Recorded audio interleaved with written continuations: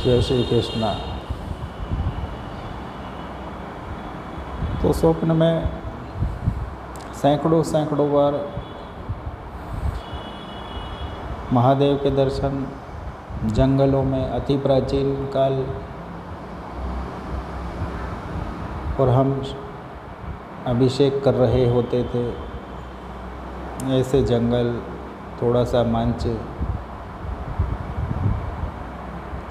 और एक बार तो हमने स्वयं को लंका में पाया। अब जिसका अस्तित्व नहीं है, जिसका चित्र नहीं है, सब इतिहास में है, तो स्वप्न में ही हमको ऐसा लगा यह लंका है, और हमने स्वयं को देखा। हम एक पुजारी के रूप में वहाँ सिद्धि विनायक की उपासना कर रहे थे, और वहाँ पर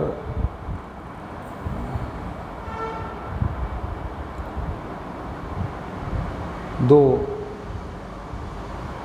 पंख वाले अति दुर्लभ श्री गणेश भी उपस्थित थे, और एक विग्रह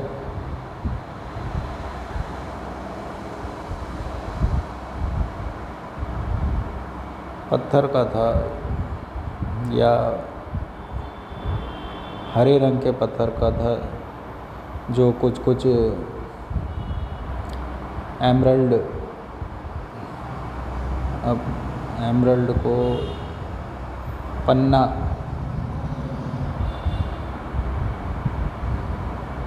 तो वैसी चमक तो नहीं थी, किंतु था कुछ पन्ने की तरह। किंतु दुर्लभ बात, वहाँ जो दो गणेश और थे वह पंख लिए हुए थे। तो ऐसे स्वप्न जब आते हैं तो हम प्रसन्न होते हैं, मन में बड़ी शांति पहुँचती है। ऐसा लगता है ईश्वर जुड़े हुए हैं, ईश्वर को पता है हम यहाँ हैं, और कहीं ना कहीं उनके प्रेम का रस आज भी वैसा ही है। महादेव के जितने भी स्वप्न आए, हमने स्वयं को जंगलों में देखा, अति प्राचीन मंदिरों में देखा, जिनका अस्तित्व आज है ही नहीं। एक बार स्वप्न में गुरु अर्जन देव भी आए, और उन्होंने भी हमको पुत्र की भांति प्रेम दिया, आशीर्वाद दिया। भैरव आए, शनिदेव आए। हम भूल जाते हैं, इसलिए हम जब स्वप्न आते हैं तो हम फेसबुक के एक पेज पर जाकर लिख देते हैं।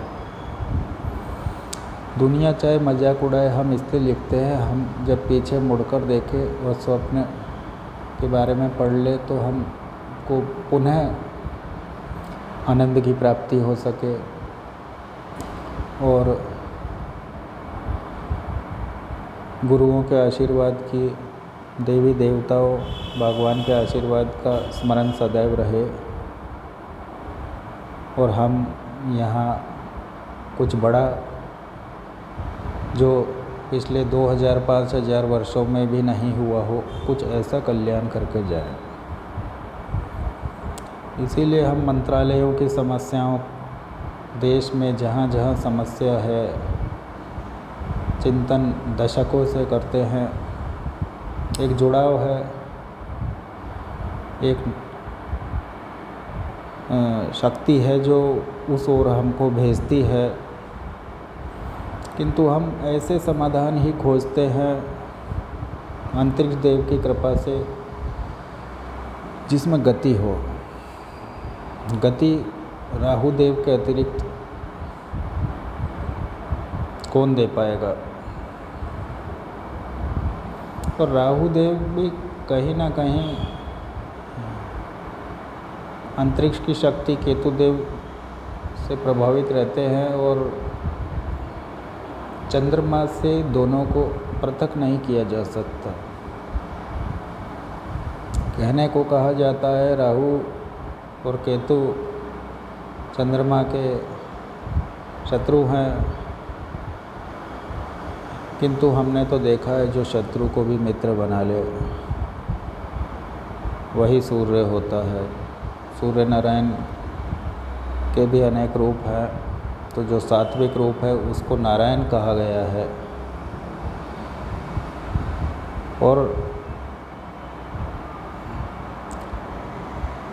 जो तामसिक सूर्य है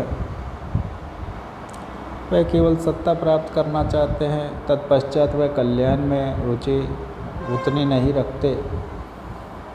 क्रोध भी बहुत आता है, किंतु जो क्षमाशील हो, कल्याण के लिए सोचे, त्याग कर दे, तो सूर्य नारायण कहा गया है। ऐसे सूर्य को नारायण की उपाधि तुल्य माना गया है, नारायण का अंश माना गया है, ऐसा हमारा विचार है। बाकी सत्य क्या है, एक से एक ज्ञानी इस मृत्युलोक में हुए हैं। हम किसी की बात की काट नहीं कर सकते, हम सभी का सम्मान करते हैं। और स्वप्न में जब ईश्वर आते हैं या हम मंदिर जाते हैं, वास्तव में हम इतना नहीं जाते, तो एक बहुत ही आत्मीय शांति का अनुभव होता है, जिसकी तुलना मृत्युलोक में उपलब्ध संसाधनों से नहीं करी जा सकती। जय श्री कृष्ण।